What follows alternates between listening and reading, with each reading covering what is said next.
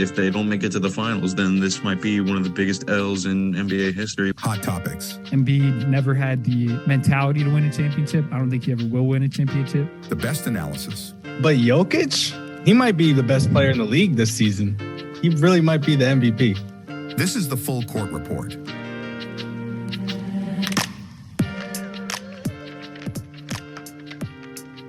And we're back.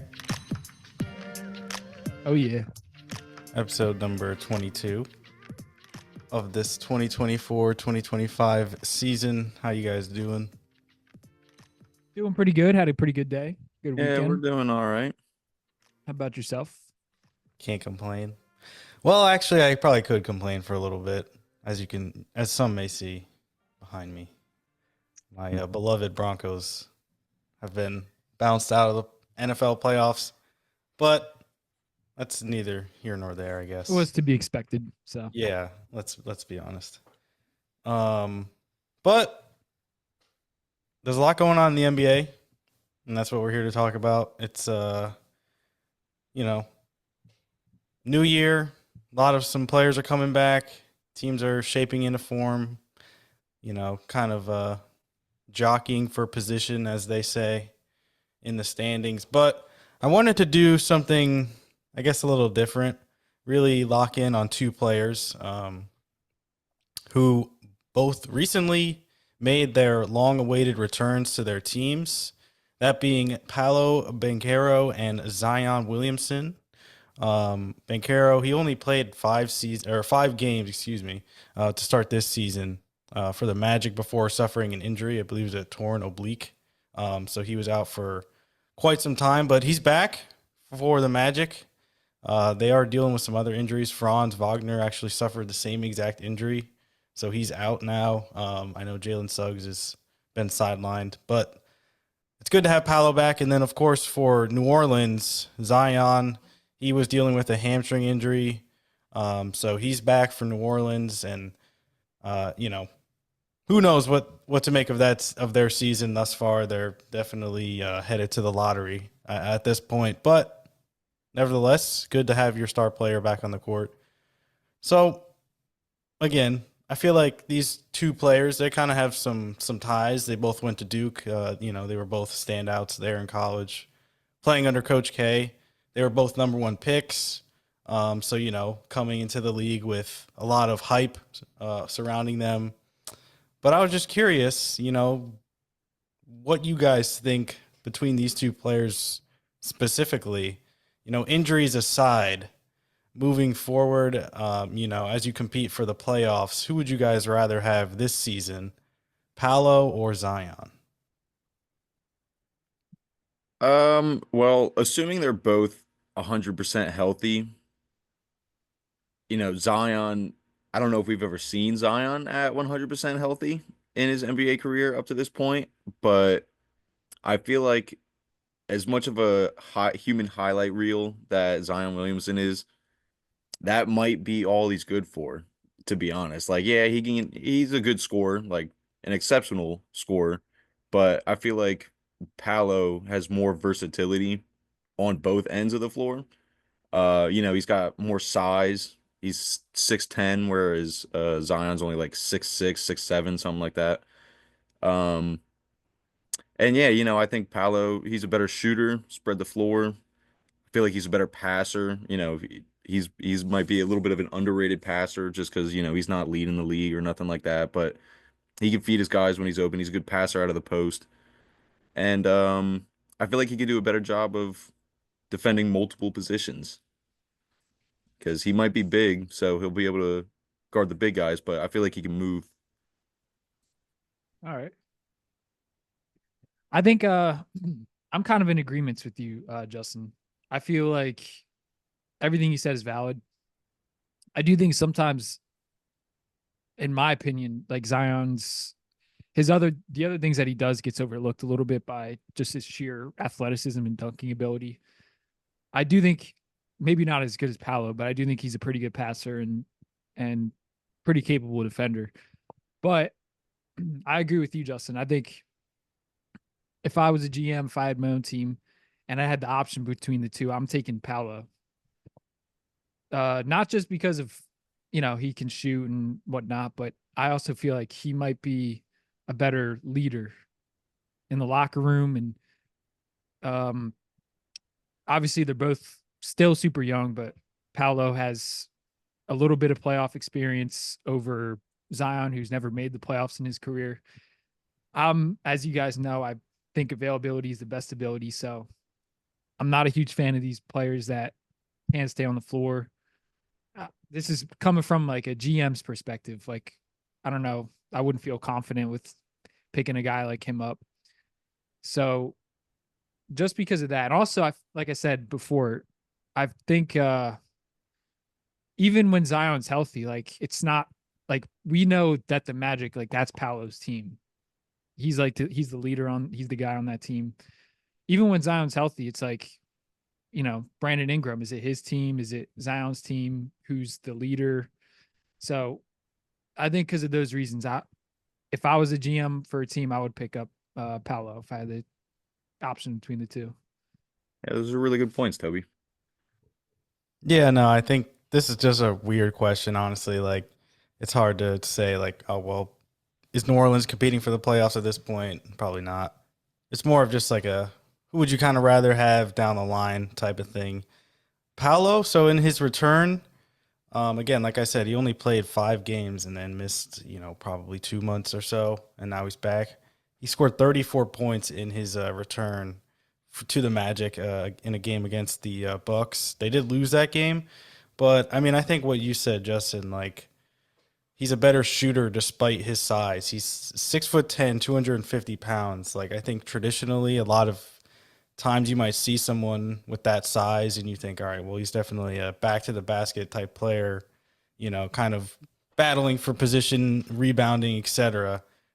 Paolo is definitely more of a perimeter player to me, which is just so, I think what makes him such a mismatch. Like I think he has a really secure handle with the basketball for someone that big. Like you said, he's a really good passer. I think he's just in the half court, especially really good at just surveying the floor, kind of looking for his teammates. Like if he is posting up, he's constantly has his head on the swivel, looking for cutters, things like that. So I think Paolo is more of that go-to number one option that, can win championships. Zion, on the other hand, is to me, I feel like he's the most like unique blend of like strength and explosiveness maybe we've ever seen in the NBA. Like, it's up there with like Shaq and probably Will Chamberlain back in the day, stuff like that. It's just his, I don't know, his physical makeup and just how good he can be. It's just so intriguing. And I just feel like sometimes maybe New Orleans wasn't the destination for him. I think for a while it looked like it could be. Like they brought in a bunch of good players. You have, Brandon Ingram there. They bring in CJ McCollum to help him out. DeJounte Murray this year, although he had been dealing with some injuries, so they never really could get it figured out. But maybe this way of building around Zion is just not the way to build around Zion. Maybe you got to kind of tear it down and rethink what's the best way to, make Zion a superstar and be a competitive team. So I feel like there's some questions there. And, with New Orleans being as bad as they are, who knows? Maybe he does get moved to a team that has a better vision for him. And I just feel like if that does happen, I would not be shocked if Zion kind of surpassed Paolo and became the better player. If he can stay healthy, of course.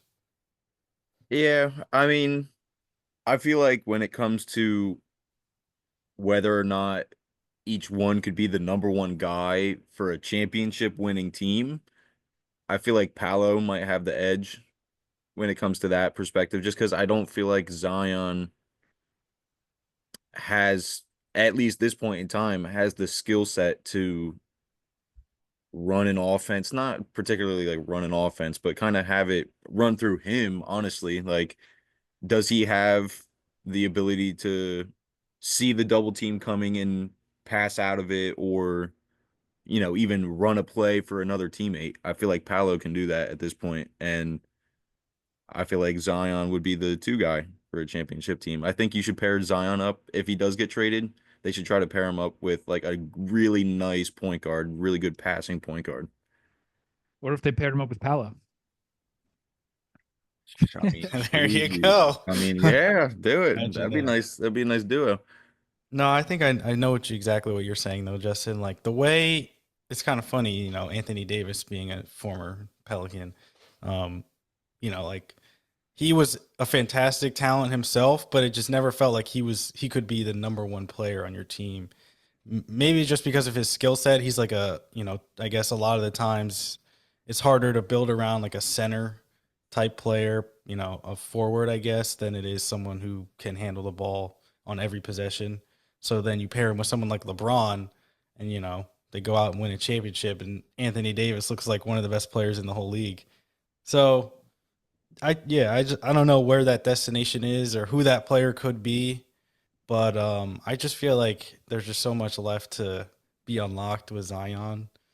I don't know. I feel like defensively also, I feel like I think he might actually be better than Paolo when he's fully engaged because I don't know. I mean, obviously it's back in the day, but when he was still at Duke, I thought he was a fantastic defender, like great hands, obviously insanely athletic, makes plays that you wouldn't expect, right? Like you're just, wow, I can't believe he just blocked me from standing all the way over there kind of thing. But I feel like he's a little bit quicker than Paolo, like in terms of like laterally.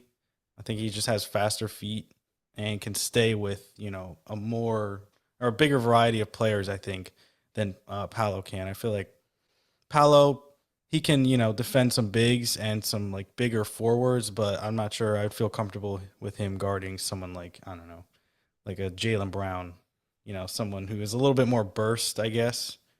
I think Zion can really move out on the perimeter.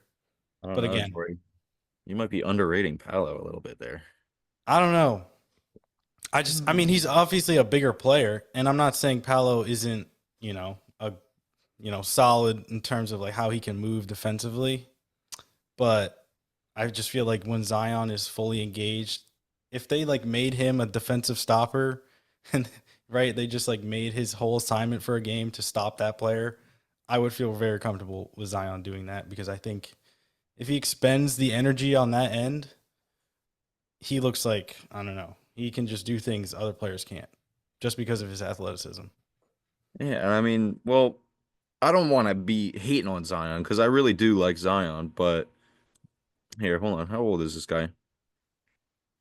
Probably like our age. 24, I believe. Yeah, so I mean, he might be dealing with a couple of injuries to start off his career, but it's nothing crazy. Like, a hamstring injury might linger a little bit here and there throughout the season, but it's manageable. So, I mean, if we can get 50, 60 games out of this guy for the next couple of seasons, who knows? This guy Zion, he could turn it around, snag an all NBA spot if he plays enough games. I think he can turn around, but we've really never seen a player with this guy's build. Like this guy's huge for how athletic he is. And I mean, obviously Charles Barkley was great back in the day. He was a big guy too, but he wasn't jumping through the roof like Zion was. So that does kind of concern me. I agree with you, Justin, too. I think I could see him long term, like as a number 2 on a championship team. Maybe pair him up with Jalen Brunson, see what they can do. He should have been a Knick from the start. I've been trying to say, but either way, to be honest though, I've been thinking this for a while, ever since like this whole thing with like him not taking care of his like diet and stuff like that, like all that stuff that Stephen A. has been talking about. He eats the table, like I don't think it's like New Orleans specifically, but I think he just needs a new start and a new spot. Like I really think that might just be it. Yeah, I mean, I think a lot of players in the past have benefited from going somewhere else, and who knows? I just feel like it's just a shame. I feel like every time. I mean, last season he played 70 games, and it wasn't really up until the play-in game against the Lakers where he gets hurt and ends his season. And I'm like, wow, that felt like we were robbed of like kind of the coming out party of Zion. But again, I hope he can stay healthy. Same thing with Paolo. I think a torn oblique is a little bit more of a freakish injury, something that probably like won't reoccur, hopefully. But like we said, like we always do when someone gets hurt, rest up, get healthy, and hopefully you can play for the rest of the season. Yes, sir. But I kind of wanted to do a rookie roundup here, because we did get some news earlier this week. 76ers rookie Jared McCain, he's going to miss the rest of the season after getting knee surgery last month. I think we mentioned this a couple episodes ago, but a lot of people viewed McCain as the front runner for Rookie of the Year before that injury. He was playing really well for Philadelphia. But now with him kind of out of the mix, I kind of wanted to just kind of get your guys' opinion on where you guys stand for Rookie of the Year, who you think some of the top contenders are. What do you think, Toby? In my opinion, I think I hate to admit it, but I feel like Jorie might have been right this whole time. I think right now Zach Edey is probably my favorite for Rookie of the Year. He's just like, I don't know. He's playing consistent minutes for the Grizzlies, playing a lot of minutes. Good defender, getting a lot of boards, standing up to bullies like Draymond Green, which was fun to watch. But another guy I wanted to shout out on the same team is Jalen Wells. I feel like he's been playing really good this year. He's been getting pretty consistent minutes throughout the year, and it seems like he's been getting a lot of minutes recently. But he's been getting better all season. I think the other day he just had a 30-point game against the Kings. He was 8 for 9 from 3, which is like insane. Pretty good defender. So I feel like if something happens to Edey, it might be Jalen Wells for the taking. I know Alexander Sarr is doing his thing on the Wizards, but I like those two on the Grizzlies right now, and they're helping them win games, which I think is huge. Yeah, Toby, I agree. I don't agree with Zach Edey. I'm still a Zach Edey hater, but Damn. I agree. Jalen Wells is probably my Rookie of the Year pick. I was looking at NBA.com's rookie ladder. Came out on January 9th, so a couple days ago. Alex Sarr, Yves Missy, and Jalen Wells round out the top 3. My Rookie of the Year pick from earlier this season in that one episode, I picked Dalton Connect. He's currently at 10 on that list, so I'm a little salty, but yeah, if the season ended today, I'm giving it to Jalen Wells. He's tied with Alex Sarr for most points per game by a rookie, aside from Jared McCain. They're at like 11.7 when I checked earlier today. Both of them are at 11.7. So the reason I mean, if it wasn't Jalen Wells, I would have said Alex Sarr, just because I feel like he's also a pretty good defender. And, he's a big guy. He's like 6'10", 6'11". So, he's getting rebounds. He's affecting both sides of the floor. But Jalen Wells, like you said, Toby, is getting good minutes on a good team, arguably a top 5 team in the league. And he's, doing his thing over there. Fairly efficient, 43, 37, 82 splits, especially for a rookie. That's pretty good. But, yeah, I'm going to say Jalen Wells. Okay. I will say the only reason why I'm concerned about Edey is because he's already missed 14 games this year. So he can only miss 3 more before being like ineligible for the awards because of this new rule. You have to play 65 or more games. So Edey is technically still in contention, but he's just got to be careful, stay healthy, got to be out there, got to be playing. But you guys mentioned Jalen Wells. He's definitely been great for Memphis, 3-and-D type of player who, I just feel like fits well with that starting lineup. They plugged him in, and I think he's benefiting from, kind of playing with Ja and Desmond Bane, Jaren. I think he's just doing his job. He hit 73 threes this season, which is the most by or he's leading all rookies right now. He's got 14 more than your guy Dalton Connect, Justin. But yeah, so Jalen Wells, I think he's definitely up there. You also mentioned Alex Sarr, Justin, but two other guys I wanted to mention, Zach Risache and Steph Castle. Risache, obviously, the number one pick. I just feel like he plays with a ton of confidence. I don't know. He kind of looks a little stiff, I guess I would put it. Like when he's like moving with the ball, he kind of looks a little awkward, I guess. He doesn't look super fluid. I don't really know how else to really describe it, but that's not to say like he's a bad player or anything, but it just doesn't look super natural sometimes, I guess, when he has the ball in his hands. But in transition, like when he's running out on fast breaks, Trey Young, whoever it is leading the fast break, Dyson Daniels, he looks really fluid then. I feel like he moves well. I think he knows like where to be. So he just seems like a really good all-around player. Like, I don't know what his ceiling is, I guess. With being a number one pick, they obviously have pretty high hopes for how good he can be.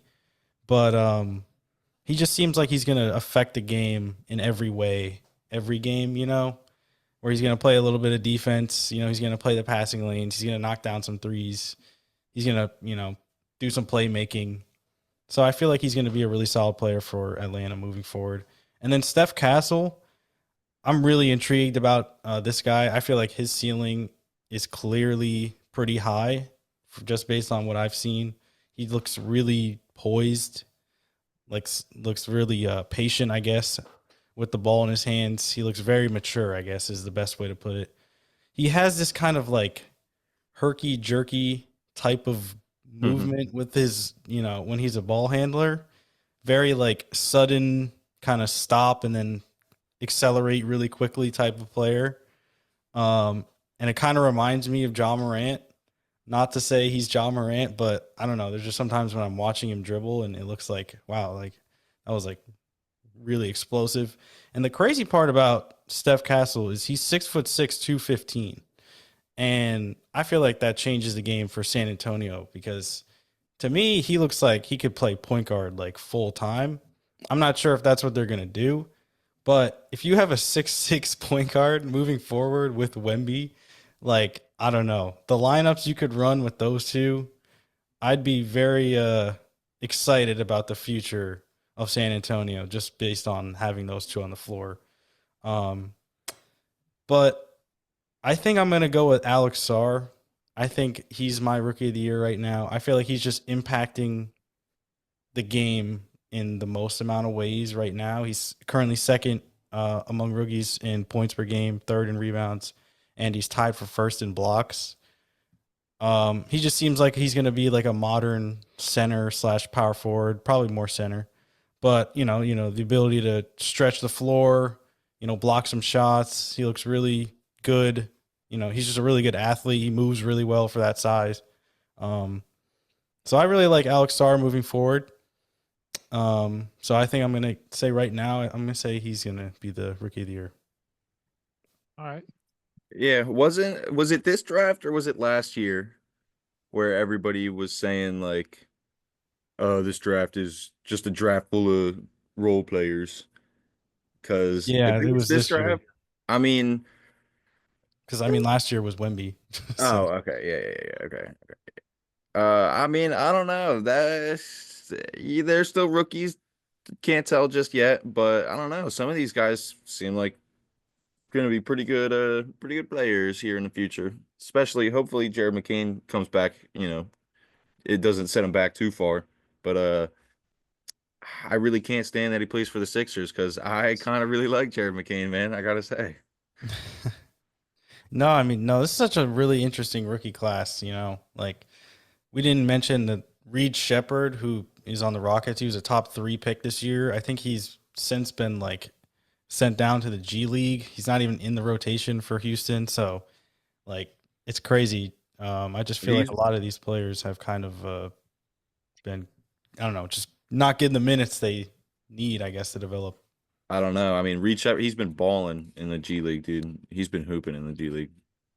Yeah, no, I'm not saying he's not going to be good. I just feel like a lot of these players just haven't really had the opportunity. Like another guy like Rob Dillingham, in Minnesota, like a lot of people had pretty high expectations for him, but he just hasn't really gotten the run, I guess.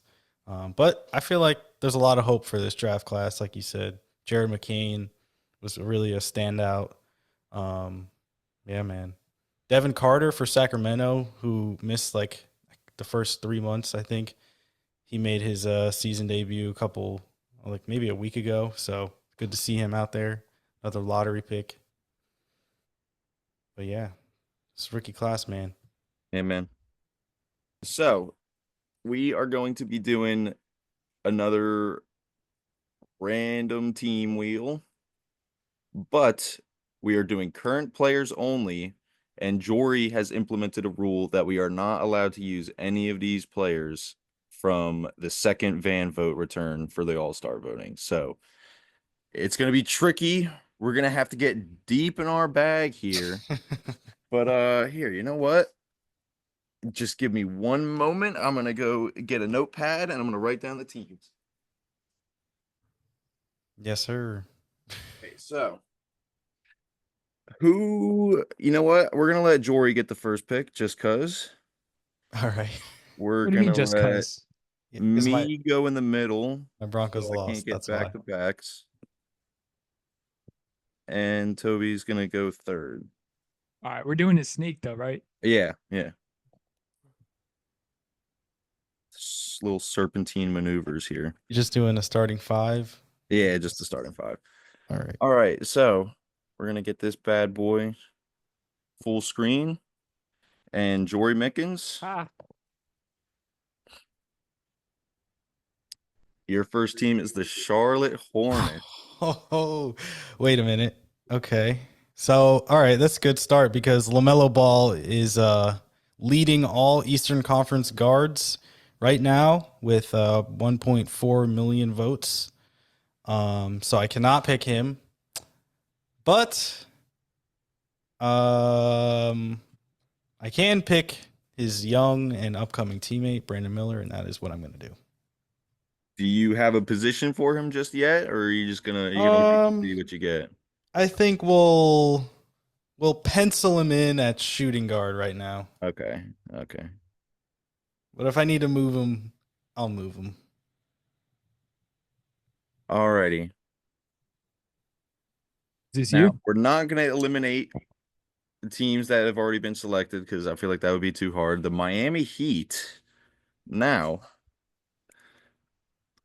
because I have this up on my screen, so I'm just going to go on my phone real quick and bring up this list.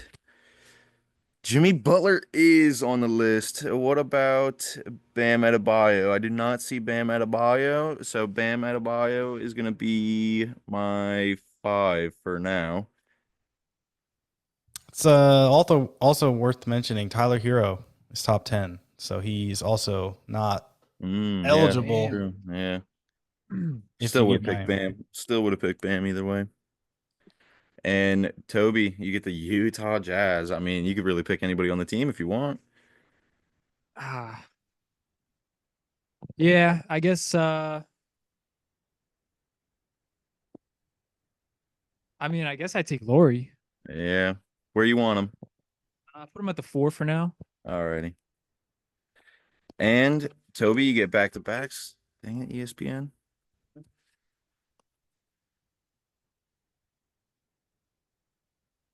The Cavaliers. Now, this one you're going to have to go deep in your bag, Toby. Actually, maybe not. Cleveland at the moment has Donovan Mitchell, Darius Garland, and Evan Mobley.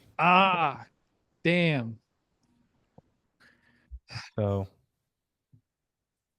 I'm going to go with my boy Jared Allen. Yeah. I'm going to go with my boy Jared Allen. That's Great a nice rim protector. core. Lowry and Jared Allen. Yeah, I like that. Weren't they teammates in Cleveland, or am I wrong? The Pelicans. Now, all the players, are we assuming they're healthy, or is this currently right now at this point in time? We could assume they're healthy. We could assume they're healthy. Yeah. All righty. Well, then in that case,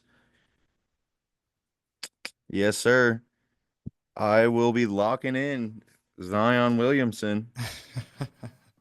All right. Just talked about him. Yes, sir. My guy.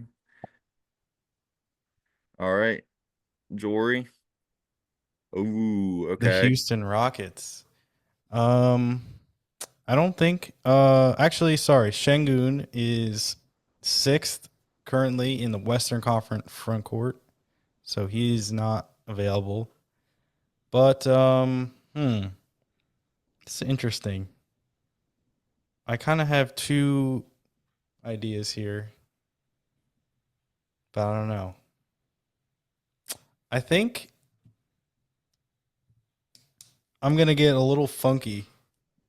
And I'm going to say Jalen Green at point guard. Okay. Ooh. I don't hate it. All right. Back to backs. The Clippers. That's all you, Jorie? Oh, my bad. I forgot we're going back to back. All right. Well, Clippers, Norman Powell, James Harden, and I think that's it.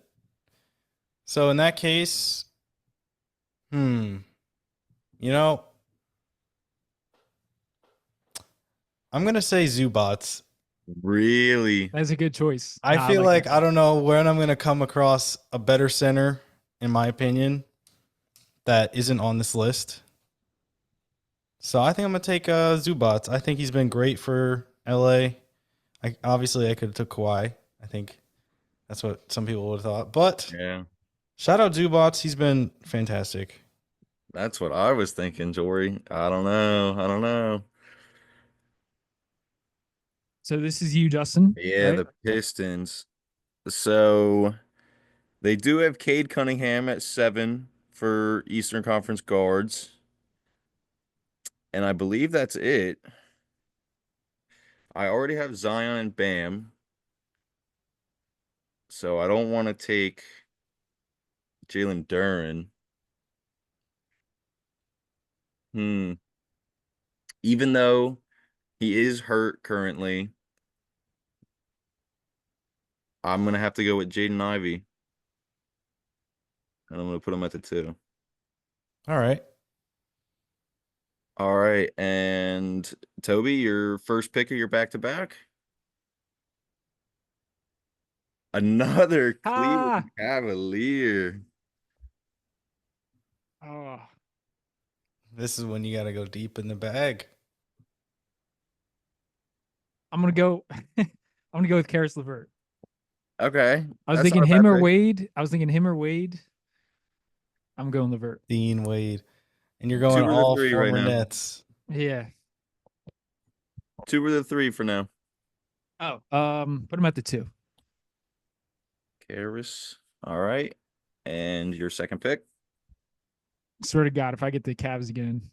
All right. No. I'll respin it. I'll respin it. That's cheese. Wow. No, that's great. Oh, okay. Boston well, Celtics. So Jason Tatum, Jaylen Brown, and I think that's it. Yeah. Jaylen Brown.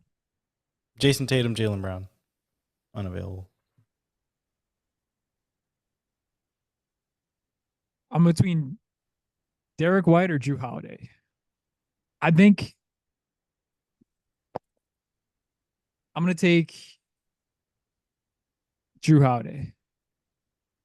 That's I what I like would have that. went with, Toby. That's a good pick. All right. Now let's hope I don't get the Cavs. Oh. Oh, What is going on?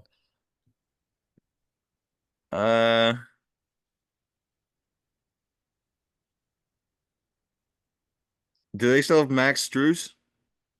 yeah, I do. think so. I'm gonna take some floor spacing. Take Max Strus. All right, and Jory, these are your last two picks. Make them count. Sacramento Kings. Okay. De'Aaron Fox, Sabonis. Ooh. This is tough, man. I'm kind of between two players, but I don't know. I think I'm gonna say Keegan Murray. I think I'm gonna Good say pick. Keegan Murray. I'm gonna play him at the 3 for the moment. At the 3. We got some All floor right. spacing. Last pick. Let's hope I get someone who can play the 4. Ooh, okay, Jory. You get really good pick here. Yeah, Atlanta unavailable would be Trae Young. Outside of that, the whole roster's open. And the easy pick for me, Jalen Johnson. As my Jalen 4. Johnson. Solid. I feel like he's having an all-star season for the Hawks. And yeah, welcome to the squad. You got a nice little team here, Jory. To round it off, I got the Dallas Mavericks. So, obviously, no Luka Doncic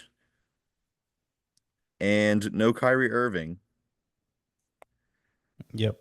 I basically need a point guard unless I want to move Jaden Ivey to the point guard.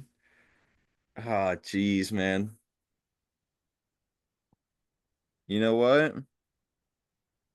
Spencer Dinwiddie. I'm moving Jaden Ivey to the 1. I'm taking Klay Thompson, baby. I can't believe There you go. I can't even believe I forgot about him. All right. Clay. Toby, yeah, that was a real mind lapse right there. I couldn't believe I forgot him. And there you go, Toby. Hey! All right, give me my boy Cam Thomas. I'm All putting him right. right at the 2. So you're gonna swap around Karras and Cam.